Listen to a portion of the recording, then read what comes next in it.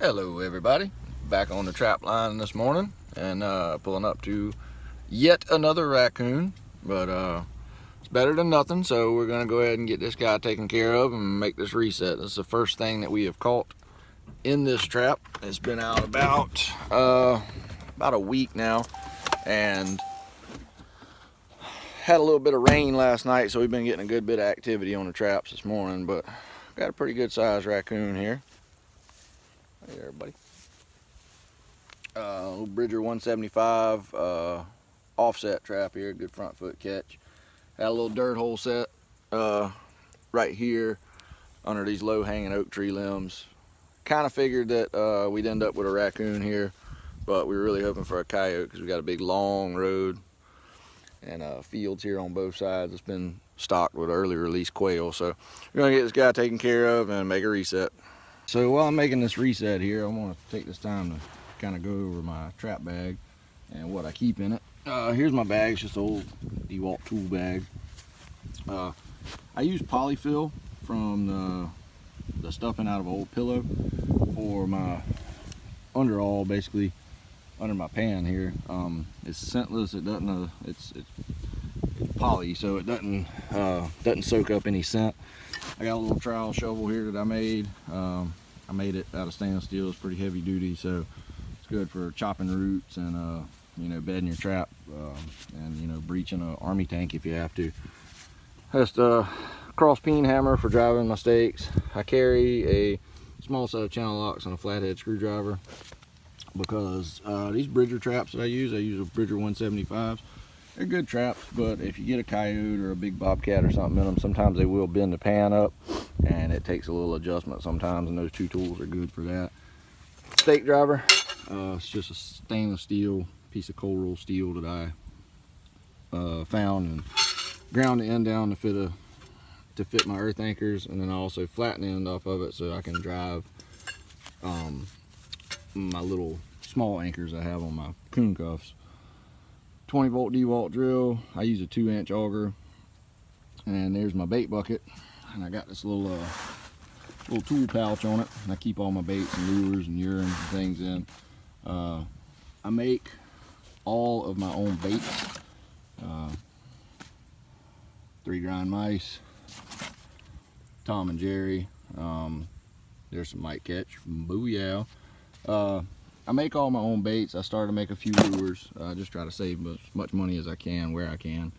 And I got my sifter over here. Again, sifter that I made, heavy duty. I use 3/8 wire mesh on it because our soil down here, a lot of times you got a lot of clay in it, real wet and clumpy, and sometimes it just won't go through those smaller screen wires like a 1/4 inch or something like that.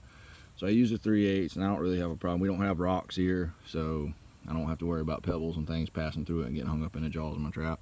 So anyway, caught the raccoon right over here. You can see his circle, and we just moved right here. The edge of his fight circle's right here, and we're gonna make a reset right here. If you guys haven't figured out by now, I catch a lot of raccoons. These places I trap, Salt Marsh River is right over here, just beyond those trees, and most of these places I trap are along the salt marsh, and they are absolutely loaded with raccoons. This trap's been down about the same time, about a week and a half now, and this is the first catch on it. So once again, I'm gonna take care of this little guy and remake our set and move on. Like I said earlier, we catch a lot of coons on this line. Here's your river, your salt marsh right here, and I think this makes number 2 or number 3 in this dog proof. This is a bait that I make. It's a combination of, we got shellfish oil, some ground up like shrimp hulls, floating fish food, some sweet feed, and some ground up like cracked corn and grain and stuff like that. So yeah, number 3 raccoon for the day, and again on some of my homemade baits. All right, little switch up here on the catches. We got us Nice big mature gray fox here this morning. Once again, this set's been in about a week and a half with no action. So it's real important, man. Guys, when y'all are canine trapping, when y'all are canine trapping, stay off your sets. You know, we got probably 25 feet here between my truck and this set, and I haven't been out of my truck to check this set yet.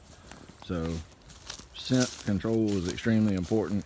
I try to check all of my sets from the window of my truck without having to get out and walk up to them, unless they've been disturbed or a deer stepped on them or something's dug out the bait hole or whatever. I don't get out and touch these things unless absolutely necessary.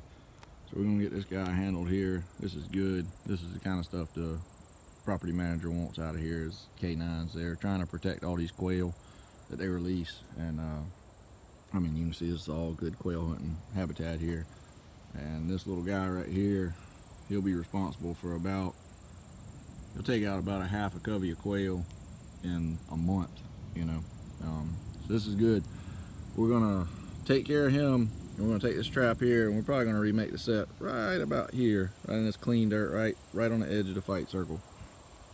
Foxes like to travel in pairs, so we might be able to pick up the other one here tonight or the next night.